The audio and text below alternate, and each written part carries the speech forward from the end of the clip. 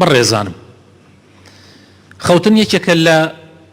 گەورەترین نیعمەتەکانی خوای پەروەردگار. مرۆڤ کاتێک کە ئەجوولێتەوە 10 سعات 15 سعات لە ڕۆژێکە ئەجوولێتەوە پێویستی بە پشوو ئیسراحەت هەیە بۆ ئەوەی سەر لە نوێ جارێکی تر دەمەزەرد ببێتەوە. فۆرمات ئەبێت بە خەوتن فۆرمات ئەکا، یعنی ئەو هیلاکی و ماندووبوونەی ئەڕات ئەسڕێتەوە، پاشان سبەی بە گروتینێکی تازەوە ئەڕاتەوە مەیدانی کارکردن. خۆشەویستەکانم، قەدری نیعمەتەکان زۆر جار خەڵکانێک ئەیزانن کە لە دەستیان دەرچوو بێ. ئێمە بەهۆی دووبارە بوونەوەی ڕۆژانەی نیعمەتەکانی خوا بەسەرمانەوە زۆرێک لە نیعمەتەکان ئاگامان لێ نامێنێ. بۆ نمونە ئەو خۆرە ئەگەر یەک ڕۆژ دەرنەچێ لە کاتی خۆی دوا بکەوێ هەموو دنیا ژێر و بانە بێتەوە. ئێمە ڕۆژانە ئەیبینین کەسی شکری خوای پەروەردگار یان زۆرینەی خەڵک شکری خوای گەورەی لەسەر ناکەن. بە هەمان شێوە خەو ئێمە خوای پەروەردگار ئەگەر لاشەیەکی ساغی بە زۆربەمان دابێ کاتی ئەخەوین زۆر قەدری ئەو نیعمەتە نازانین. ئەو کەسانەی کە ناتوانن بخەون، ئەو کەسانەی کە خەویان لێ حرامە ئەزانن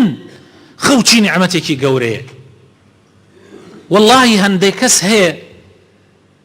ئەگەر خەوەکەی هەلێ بگریتەوە وای پێدێ لەوەچی هەرچی مڵکی ئەم دنیاە هەیە هەر هەمووی بدا، ئەگەر مڵکی ئەو بێ هەر هەمووی ئەیدا بەس سعاتێ بخەوێ. بۆیە خۆشەویستەکانم، بەڕاستی خەو نیعمەتێکی زۆر زۆر گەورەیە.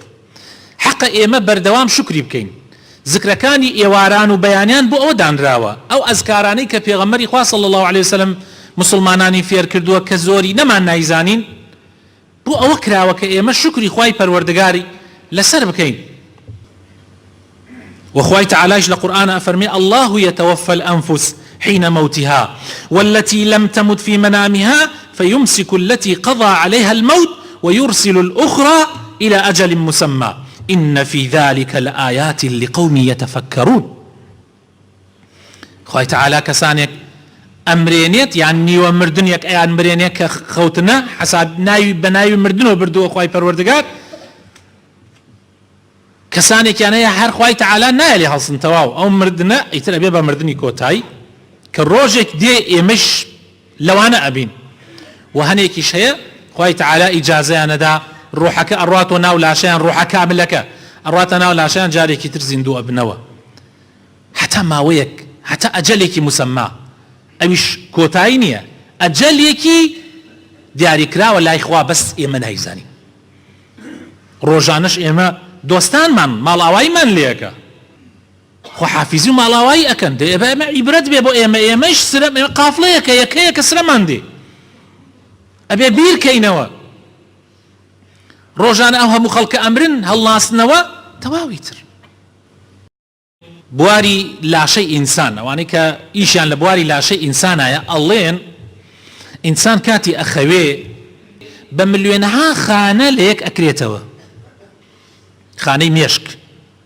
لەیەک ئەبێتەوە عەینەن وا تەشبیهیان کردووە وتیان وەک مەحەطەیەکی کارەبا وایە، کارەبا با بە شارێکی گەورە قاتعێکی هەیە، ئەو قاتعە کاتی ئەیهێنیتە خوارەوە لایەک لە شارەکە بێکارەبا ئەبێ، یعنی لە حرەکە و لە جوولە ئەبڕێ عەینەن وایە. ئەگەر قاتعەکەی تریش بێتە خوارەوە ئیتر تەواو هەمووی بێکارەبا ئەبێ، یعنی ئینسان ئەمرێ، بەس لایەکی دێتە خوارەوە یعنی لایەک لە مێشکی ئینسان لە حرەکە و لە جوولە ئەبڕێ. ئەو خەوتنە. وطبعا تەفسیری سەیری عەجیبیان کردووە زانایان. بابەتەکە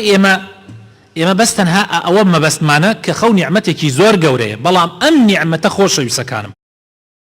ئەگەر زیادە ڕەوی تیا بکەی خراپە، چۆن شل ڕەویشی تیا بکەی خراپە. چۆن ئێسا کابرایەک نەخۆشە ئەچێتە لای دکتۆر پێی ئەڵێ کاکە تۆ کەم ئەخەوی، ئەم نەخۆشی تۆ هۆی سەرەکی کەم خەوتنە، یعنی کەم خەوتن ئەبێتە مای نەخۆشی. هەر نەخۆشی جەستە نەخۆشی جەستە بە هەمان شێوە زۆر خەوتنیش بەڕێزانم بۆ جەستەی ئینسان خراپە زۆر خەوتنیش بۆ جەستەی ئینسان خراپە پاشان کە بۆ جەستەی ئینسانیش خراپە کاریگەری هەیە لەسەر دڵ نەک گۆشتەکە ڕوحەکە ئێمە باسەکانمان باسی جەستە نییە باسەکانمان باسی ڕوحە کاریگەری هەیە لەسەر ڕوحی ئینسان خۆشەویستەکانم زانایانمان فەرموویانە ئیمامی غەزالی ڕەحمەتی خوای لێبێ لە ئیحیا علوم الدینە ئەفەرمێ في كثرة النوم ضياع العمر أفرمي زور خوتن أبيت ماي أوي كواها مو عمرت بفي ربشي وفوت التهجد وشونيجي لدز بدي وبلادة الطبع أفرمي زيركي تيجيشتنت سبحان الله كما كاتوا زور خوتن واكا أو إنسانة تيجيشتن وزيركي لهاتويتي مشكي كم أبيتوا وقساوة القلب ودلشي الرقبة إمامي ابن القيم فرمويتي رحمتي خواهي لبي لكتاب مدارج السالكين فرمويتي من مفسدات القلب كثرة النوم أفرمي لو اشتاني كضلتيك أدا نخوش يخا زوري خوتنا فإنه يميت القلب أجر حر زور بردوان بي لسر زور خوتن بالراسي ضلت أمره ويثقل البدن ولا شش قرسك ويضيع الوقت ووقت كجرنترين نعمة كان يقاي پروردگارا أفوتيه بفي الرؤى ويورث كثرة الغفلة والكسل بأقايد زياكا تماليت زور أبي ومنه المكروه جدا أفرمي جاري وهي خوتني زور حنيكي مكروه جدا يعني نخوزراوة زور نخوزراوة لدينا ومنه الضار هني خوتن هي لناخوزراوي درأتشي أقات الزرر زيان وأنفع النوم وباشترين خوتن إمامي ابن القيم أفرمي ما كان عند شدة الحاجة أو خوتنه كزور بيويست بيتي يعني أو خوتنه شاكا كتو زور بيويست بيتي زانيان من فرمو يعني بو كسيكي آسائي لشش ساعاتو تا 8 ساعات بيويسي بخوه لو زياتر بو كسي آسائي بالراسي نخوشي وخرابي لدوايه وأبيته هوي أويك جستي چون خرابك زرريشي بو چي هي بو ضليشي هي ضليشي نخوش أخا خوش يسكارم وقتي خوي زانيان من يا بيشيناني أم أمتا ناوي نوجي عشايا ناوا خوتنان ناوي نوجي عشايا ناوا خوتنان يعني نوجي عشايا بكردايه يتر أخوتن بويا الشو أيان تواني هلسن بو شو نوجي بياني هل أسان بو كارو إيشان زور گرجگول بون ولا ششان زور ساغ بو زور جار أو برسيارة ديتا ميشكي هر همو مانا بو جاران أم همو نخوشي نبو كهيه بو جلطة نبو بو سكت قلبي نبو رأينا وهو كاركيتي هو كاري سركي زورك لنخوشي كان زورك لنخوشي كان يكيك لوانا رقبوني دماركان بتايبتي شادماركان يعني رقبوني او دمارانا كأبيت ماي اوي جلطي دلي لي ودروس ابيه هو كاركي بو زور خوتن اقريتوا اقر درنگ بخوي دعاي درنگ لخو هلاسي بتايبت لهاوينانا نعمة قوركان لدس ادا او هيت شو نيجي بلكو فرزي نيجي بيانيان خلقێکی زۆر نوێژی بەیانیان ناکەن والله جمعە لە کاتی نوێژی بەیانیانە بۆ ئیسا سێ چوار ڕزە هات بۆ ئێرە ئەوە مشکیلەکەیە حتا درەنگانێکی شەو خەڵک دانیشتووە ئەنواع و ئەشکاڵ سەمەر هەر یەکێ خەریکی هەندێ شتن کە بەڕاستی هەر هەمووی زیانی بۆ لاشەی ئینسان هەیە زانایان لە کۆمەڵەی پزیشکانی دڵ لە ئەردەن جەختیان کردوتۆ لەسەر ئەوەی کەوا ئەو نەخۆشیە کە عەرزم کردن جەڵتەی دڵ ئەڵێن هۆکارەکەی بۆچی ئەگەڕێتەوە ئینسان کاتێک ئەخەوێ دڵی لێدانەکەی ئەگاتە کەمترین حاڵەتی جاری وا هەیە ئەڵێن ئەگاتە 50 جار لێدا خۆی لە ئەسڵا وایە لە 70 جار بەسەرەوە بێ ئەگاتە 50 جار طبعا ئەو لێدانە کەمەش ئەبێتە هۆی ئەوەی کەوا لە ناو دەمارەکانی ئینسانە ئەگەر زۆر بڕوە ئەو خەوە زۆر ببێ لە دوای یەکتری ئەڵێن لە 4 سعات زیاتر بێ بەدەم یەکەوە ئەڵێن تەرەسوباتێک لە ناو دەمارەکانە دروست ئەبێ ئیتر شۆری و چۆری و ئەوانە تەرەسوباتێک دروست ئەکەن هێواش دەمارەکان ڕق ئەبن و ئەبنە هۆی جەڵتە بۆیە ئەفەرمن حتا خەوتنی یعنی با بڵێن ئەوانەیشی کە با بڵێن لە وعدی خۆیان ئەخەون ئەبێ خەوتنەکەیان 4 سعات زیاتر بەدەم یەکەوە نەبێ 4 سعات لەو بینەیە ئەبێت هەڵسانێکی تیابێ ئەبێ هەڵسانێکی تیابێ نزیکەی چارەکی حرەکە بکرێ دوای ئەوە ئەمجا بخەویتەوە سەریە ئەگینا زەرەری زۆرە بۆ جەستە ئینسان وەوتویانە باشترین چارەسەر بۆ ئەوە نوێژی بەیانیانە